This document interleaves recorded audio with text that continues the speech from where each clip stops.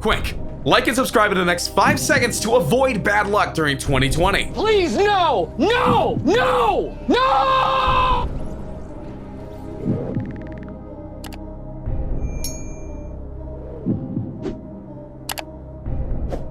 You could not ask for a better tournament. If you've just tuned in at home and you've missed the first 5 games of this, you have a storyline developing as good as any in competitive Fortnite history. Can Bugha win his first major solos tournament since World Cup?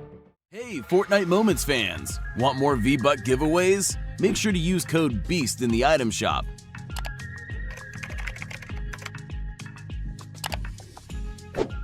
And we'll continue to give out redemption codes just like this. Don't forget to like, subscribe, and turn on post notifications so you don't miss out. Bugha, who currently holds the #1 spot, can hang on. This would be the first time since FNCS Trios that he and Benji Fishy hit first place at the same time on the same day. This is what is at stake right now, though. Acorn saying, Bugha, I'm not going to let you get that far ahead. I'm going to keep it tight. I'm going to keep it close. 4 points separating him and Acorn right now after a fantastic run, but the tale of Bugha has been all about consistency. He's made it to nearly every single endgame. He's making his rotations early on. He's not getting caught out in his early game paths, and that's what's really been key to him maintaining that top position. And there you guys have it. It's game number 6, and we're jumping straight in with Bugha, who's holding the throne right now at first place. But this, at the very tippity top, is a tight race for first. No one is safe. The entire top 10 can quite literally steal the entire show here. It's Monster D facing Aussie Antics here on NA East Day 2, and things are kicking off. Things are kicking off in a big way, and you're going to hear a lot about Bugha here. It's a big story, but actually, we're going to jump over with Stretch, his duo mate, who I was about to mention, though. Stretch in a fight. Also, still in contention here. He is up there just outside top 5, so Stretch could cause a big upset for his old duo mate, Bugha. And right now, Stretch trying to find his way through. He's had Misty on lockdown here. We saw him going to easy elimination on Jamper before here a couple games ago. Right now, trying to get into this box. His player's got the edit now. Stretch just playing nice and slow, nice and controlled. Has all the pieces of this build. Just needs to take that roof, but doesn't get a chance. A 24 tag. Player comes out, misjudges the aggression. He's flying out of here, but Stretch with insane accuracy takes down Ral. And what I wanted to say here was Bugha needs to have this final performance. He has struggled in finals. World Cup, obviously, solo World Cup winner. Walked away with $3 million. Since then, though, in FNCS, especially team game modes, he has struggled a little bit in the finals. Duos came 5th with Stretch. In trios, won one of the weeks, but still struggled to capitalize in the finals. Is he going to crack under pressure, or are we going to see a World Cup moment where he runs away with the victory? He's already on track right now, and all he has to do is continue to hold it out. But we've seen that's not an easy feat, not for anyone. And that's what it all comes down to, being consistent all the way through.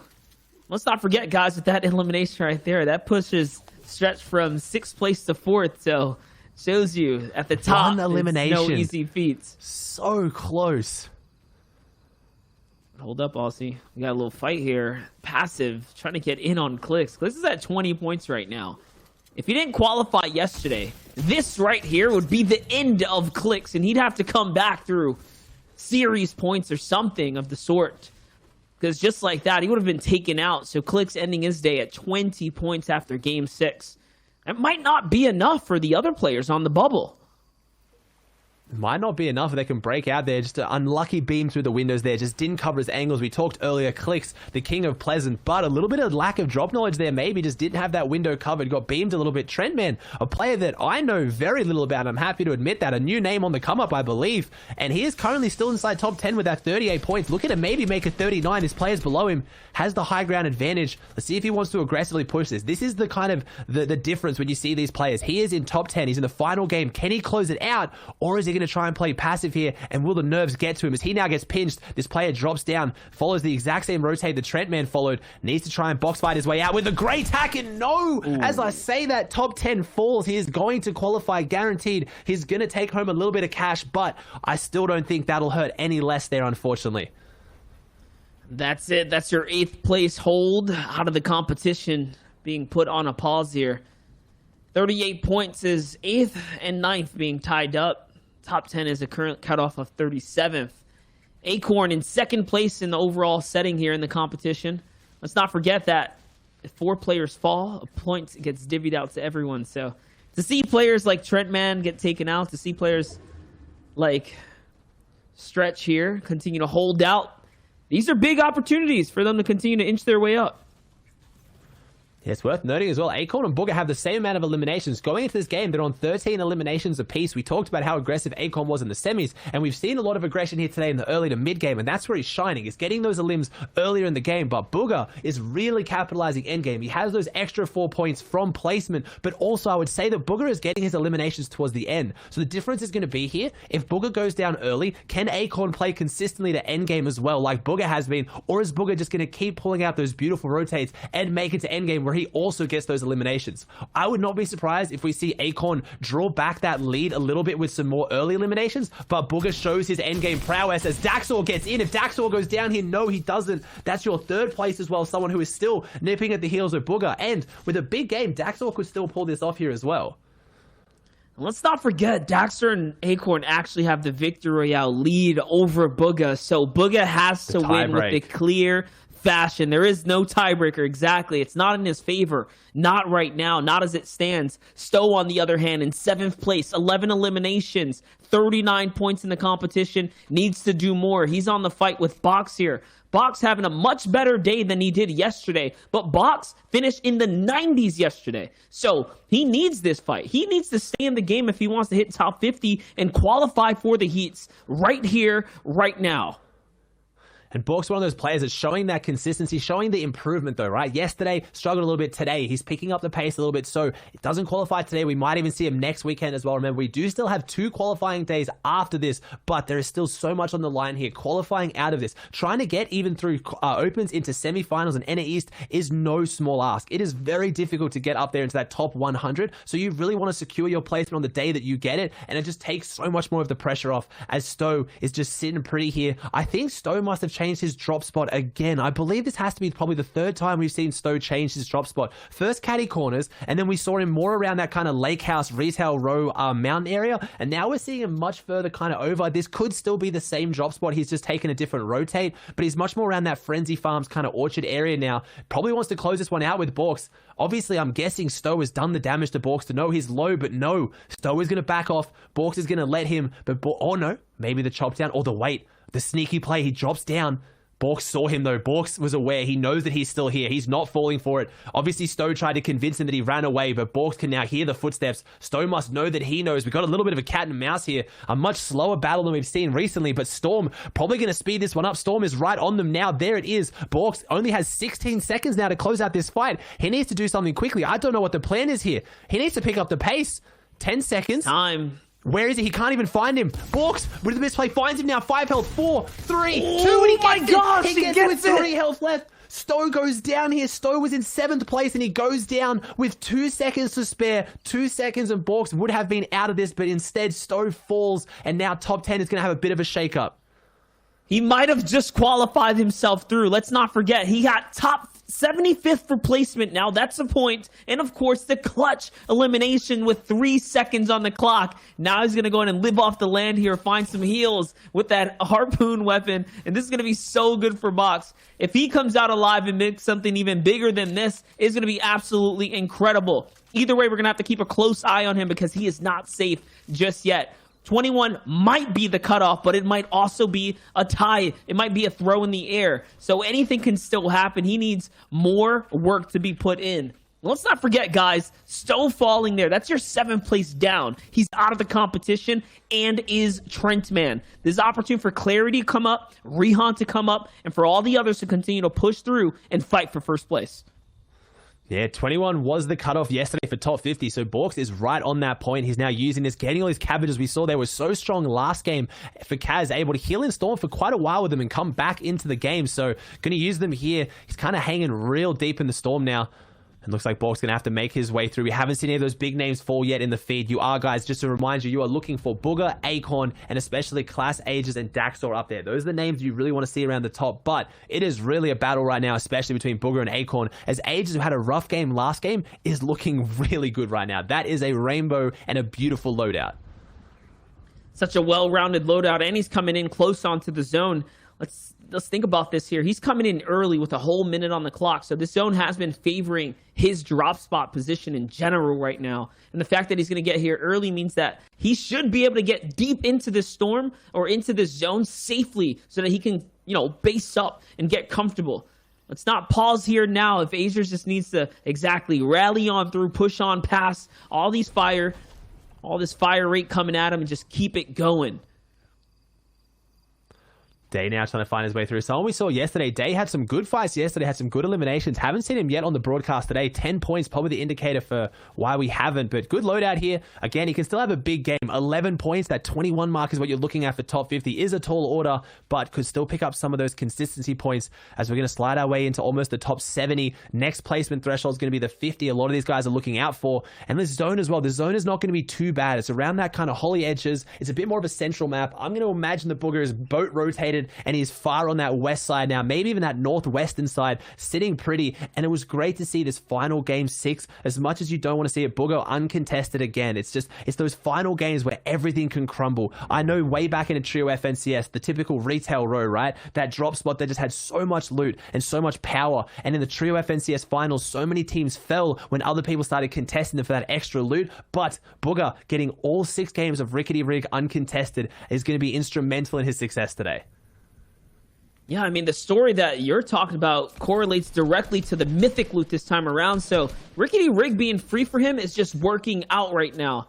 Let's think about this, though. Day now has a big decision to make. He needs to find a shot, and yes, he's going to find it onto Ritual. So exposing himself is going to pay off there. You see the snipes just whizzing past now, and he's trying to go in for it. He's going to utilize the launch pad here to get a little bit of a scout on. Doesn't feel like it's worth anything with how many players are based up out there. Instead, he's going to sit down and relax here and camp on top of this free launch pad that he was granted.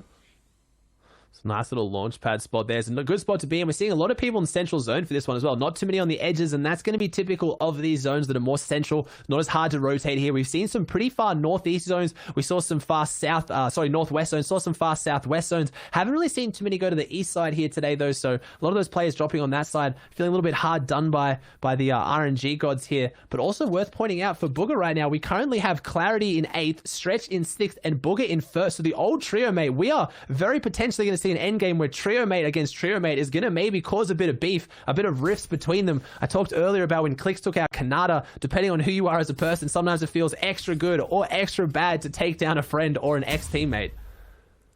That is true, but hey, that's the nature of Fortnite. That's what makes it so exciting as a battle royale. There are no friendships in solos. But take a look now as things are starting to settle down now. We're approaching into the later half of the game. Here's Bugha, Western on the zone like we knew he would be. Rotating deep and around just north of the Holly Hedges. He's close to Ghost Niddle. Niddle hasn't been doing crazy today, but either way, everyone is still in the running for top 50. Remember, yesterday to today, only 22 players carried over that qualified from the first day. So that just shows you that there's so many more people. There are 78 other players that need top 50 here right now. It's a lot of people who need to jump up in there and get into that more comfortable spot and a bit of breathing room as well. Some of those players that are already qualified at the top might be sitting pretty, might be feeling a bit more breezy with it. Bugha hits the launch pad, drops a little bit low. He's not going too far here with it. Still has the 6 crash pads as well to make his rotate around this, but he might just be sitting pretty on this little edge. He might not want to go too far into this zone. No, it looks like he wants to make his way through. It's going to be a different situation for Bugha here, right? Think back to the World Cup. I remember it so clearly, the camera shot on Bugha when it shows him and he knows he's won. He's laughing. He's sitting pretty. He's sitting back comfortably. Now he's in the comfort zone. Home picks up a limb on Nani. That's a big point. 1 point here for free like that is huge. I was going to say Bugha's sitting comfortably at home here, but he's in nowhere near as comfortable as a lead as what he was at World Cup. So can he handle the pressure? We haven't seen Bugha trying to hold on to the pressure of a first place without a large lead like we have in the past at World Cup. He started off strong and he finished strong, but here he's going to have to handle the pressure. That's right. There is no free pass, not just yet. There's no victory laps, no smiles on the face. It's all sweat and eyebrows down as we're looking at Coop, who's making his rotate now, trying to get across to this safety zone here. Coop inside the top 50 right now. He's safe. But he wants more. He's fighting for more. He's fighting for top 10. Breaks his way into the box with a free pickaxe and doesn't expect for 20 to just sit there and allow him to beam him down. That's going to be a free frag and such a massive come up on material, loot, resources, and everything of the sorts. Coop is back in this game. 28 points for him is very, very nice.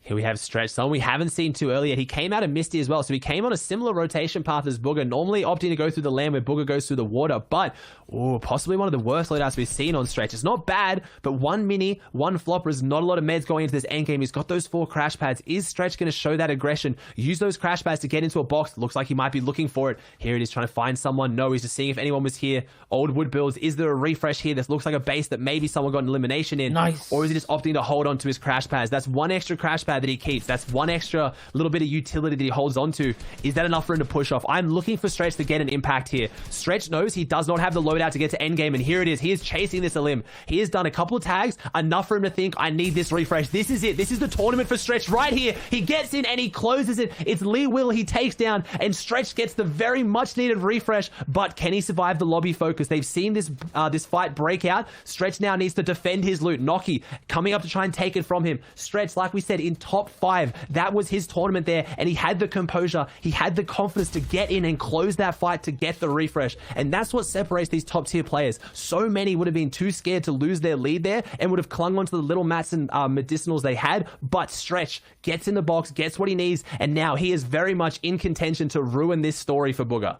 That puts us one step closer in the tie right now. That's looking like first place. One step closer for the race off for who's going to take home the first place here for day 2. Will it be Stretch? Will it be Bugha? Class is still here. Dax are still in the running. All of these players have frags to their names as well, so the lead is still the same. No one's done anything exceptional, not just yet, but they've done enough to stay close to one another to remain relevant in the running. Ketsui here, though, on the other hand, is just trying to get his way to zone. He's just trying to stay alive right now to secure his top 50, to qualify himself. He's going to find Entropy there, and that's going to be a nice frag for him. Another point is going to fall to his favor. And our slow and steady Sloth has fallen. He didn't make it in the top 50 like he was making consistently. So maybe Sloth going to have to come back next week, reevaluate his slow and steady pace, and see if he needs to pick up the pace and become the fastest Sloth ever. But at this point, yes, those other big players in the game haven't had their kind of big point moments. And you know they have eyes on the feed here. You know Bugha and that is looking at the feed. And as soon as someone has that jump up, if they start to see maybe, you know, someone like Acorn getting 2 or 3 eliminations at the start of the end game, that's going to put the pressure on and pick up the pace. But right now, they're all following each other. This is a marathon here. But right now, which one of them has the energy to sprint for the finish? Because one of them is going to have to really solidify this finish. As Aegis getting in the box, one of the players that needs to close this out. 42 points. Oh Aegis my gosh! makes it 43. He managed to clutch up, but the lobby is not having any of it. He's getting focused. He's down to hard mats. He's putting the metal and the brick out. This is someone who is currently in that top 5 contention, and he is getting focused by the whole lobby. Has the floppers, has the meds. I think I can breathe. I think Aegis can breathe. I think he survived this. Wow. And that was insanely close to ruining his run. And not only that, as the shots were coming in, he managed to get the refresher because look at his material. He's still looking pretty good. That was so incredible. So incredible for Aegis to slip out of that. He was knocking on death's door right there for a second. But the frag is going to go in his favor. And I just can't believe he even hit the 98 shot on the flick right there. What an absolute clutch from Aegis to keep this competition nice and close. And now you guys are seeing why he's in the running for first place right now. That was a lot of composure there. Clarity getting in now as well. One of those players, I said, trio mate of Bugha in that top 10 too. But unfortunately, the crash pad kind of making things a little bit awkward there. He knows the players above him. The flick, you just talked about the flick. He takes down Assault and he upgrades to 4 floppers now. That's a good spot to be in and a really, really beautiful shot there. I didn't even see what that player is. I know Clarity popularized for being on quite low sensitivity on the mouse and keyboard, and that usually rewards you with high aim, and that's what Clarity had there. Not only that, though, he didn't have any medium to his name, so he needed the shotgun shot. He had nothing to follow up with. 3 ammunition inside the gun. That's going to be a beautiful refresher for him. On the other side, though, Box, like we said, this is his qualification fight right here. He already got the clutch up in the storm line before. He needs a little more, and yes, he's going to find it onto Mandatory here, and that might just be enough. That's 22 points now. Just enough. Can he get to top 50?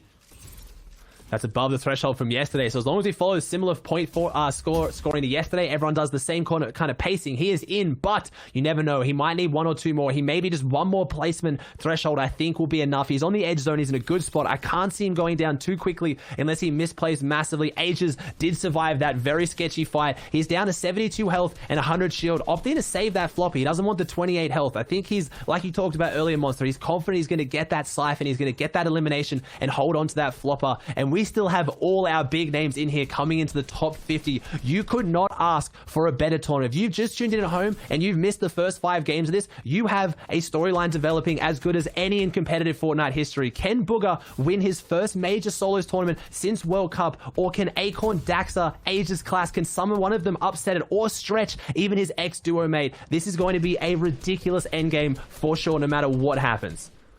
Both regions have been popping off. We've seen such a phenomenal set of games here in the FNCS Opens. It's been incredible to watch unfold. But regardless of what, there's still a lot on the line and pressures are still high. You can just feel the density in the atmosphere here as Stretch is barely holding on with his shields there. About 40 HP on the shield mark for Stretch, who's just nearby. But okay, the zone's going to favor them. It's actually going to go in favor of Azers here. So with his limited material, this is going to help him a lot. He's going to be able to save. He doesn't have any mobility either. He has to be careful. There's a player inside the cone. If he crosses over too soon or too recklessly, he will eat a big shot. Decisions now to make the rotate. If you don't follow competitive Fortnite history, you don't know kind of exactly what's going down with Bugha and Stretch. They were ex-duo mates, and there's a lot of talk among the community who carried who is better off without anyone. Bugha, you made Stretch. There was a lot of there is a lot of pride on the line this game. Both these players have a lot to prove. Bugha, since winning World Cup, hasn't performed as well in stack solos. Is this his day? Does Stretch overcome him after winning DreamHack? Does Stretch go from winning DreamHack and then also winning an FNCS Heat? And we have Aegis picking up the elimination on the pose, looking good as well. Aegis can climb his way up into the top 5 and overtake Bugha now as well. He's on 45 points as we see Plague on the front side. I'm looking for Bugha. I'm looking for Stretch. I see Stretch on the back side. He's looking like he's making his rotate. I can't see Bugha. Monster, can you see Bugha anywhere on this field so far? I didn't see him there, but I did see Acorn up towards the top, and Daxter still in the game. 9 players have to fall right now for the Storm Surge to stop. There are so many players in this endgame. It is ridiculous. There goes the bounce house to Daxter. It's going to throw him right into the zone, and he's going to keep going. Bugha falls to Knifer. He's out of the running. Can Stretch make a climb to the top now? Will Daxter snatch first place? There's so many questions to be asked because Azers is still in this game as well. Never mind, Bugha goes down here, unfortunately. A very rough last game for him. He was in that mid-ground layer on low health, and he goes down. Daxter goes down as well now. Daxter is out of this one. He is out of the running. So we have Acorn, Class, Aegis, Stretch even trying to make that jump, trying to make that climb to the top. Bugha has to sit on the sidelines and watch this unfold. He has to hope for his ex-teammates and a lot of his friends to go down here so he can hold on to his lead. I don't think he's going to be able to. There's so many big names here. Class on 46 points, like I just pointed out. He is in that top 4 as well. 4 floppers, 3 minis, but only 2 builds. We saw the clutch factor from Bugha last game. Bugha was able to pick up 2 eliminations in this scenario to close out and push forward. Class has to do the same. He's playing the floppers. He's sitting back, trying to get these beams on the players. Also rotating. That's the finish. Can he get the materials off it though? The crash pad's there. Does he take crash pad or does he take materials? He goes for the materials. There's also chug splashes, even more white meds, but he leaves them behind. He's playing in from the backside. He is climbing 49 points. Bugha had 50 going into this game. Gosh. If Class can make a jump up here, if he can jump into that top 5, especially with a couple of elims, he might overtake him. So Class is still in this right now, 50 points. That means he is at the very tippity top of the food chain here. Now, it's a big one. Can he continue to follow up? Only 20 HP. He cannot flirt with the zone for too much longer. He has to make a decision. He has to rotate here. Left or right? He's going right this time. This is the commitment. He gets a shot, and no! It's not going to be enough! It's Stretch! Stretch meets him with the huge, and he needed that too! He only had 16 HP prior to finding Class.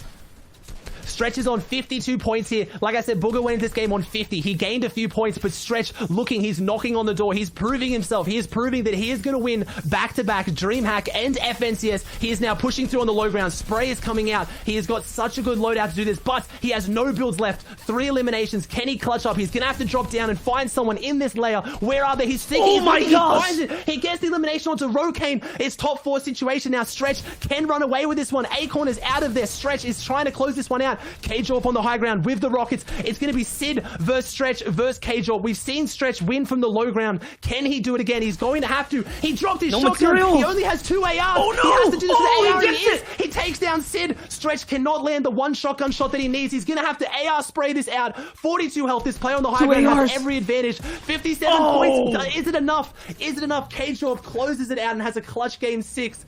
He dropped the shotgun monster.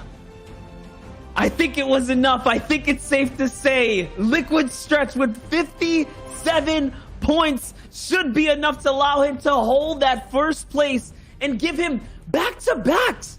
We just saw Arkram do this from DreamHack to the follow-up, right? From the previous FNCS Invitationals. We're watching Stretch pull off a historical back-to-back as well. All right, I can't stay here any longer. It's Vosivas Ossiets. We just call the NA East portion. And we're going to send it over to Zeke and the boys. They're going to break it all down. We'll catch you guys there shortly after this.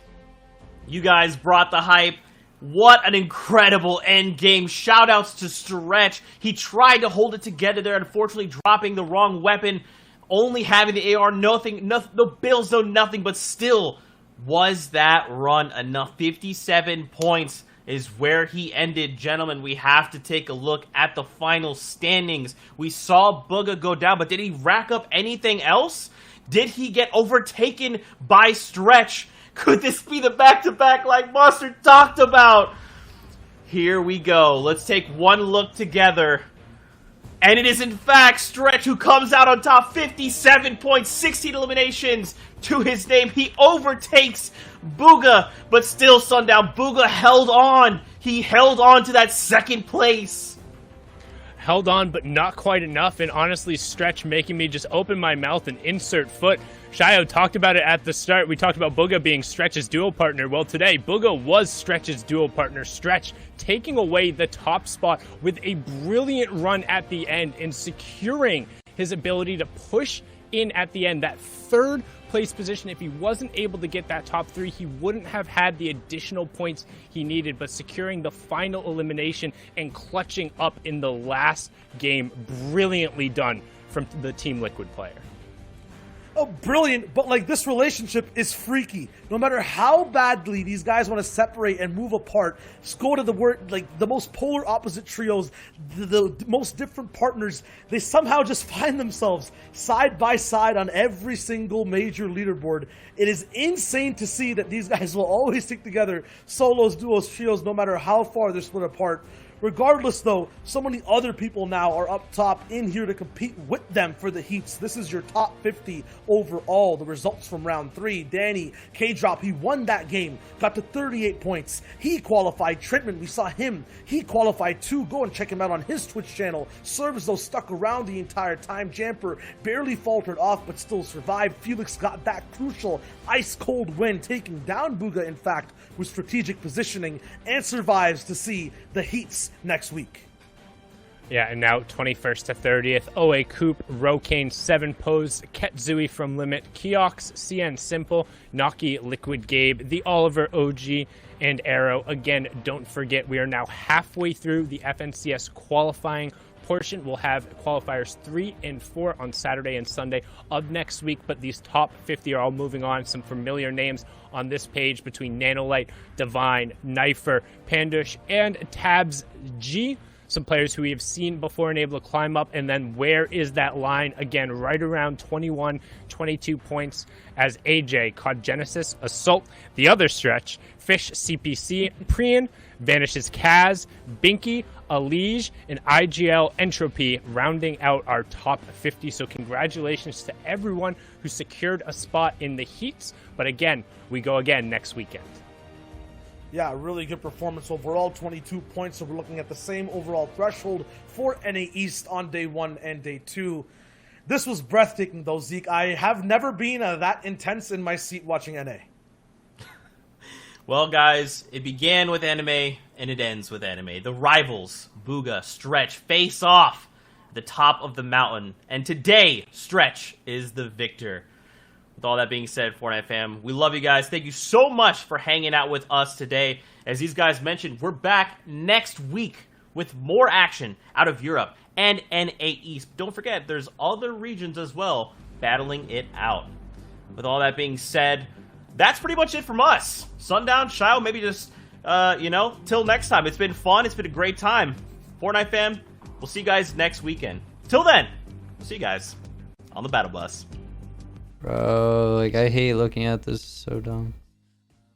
Oh my god. 9th place 0. I don't even want to watch this. It's gonna get me really mad.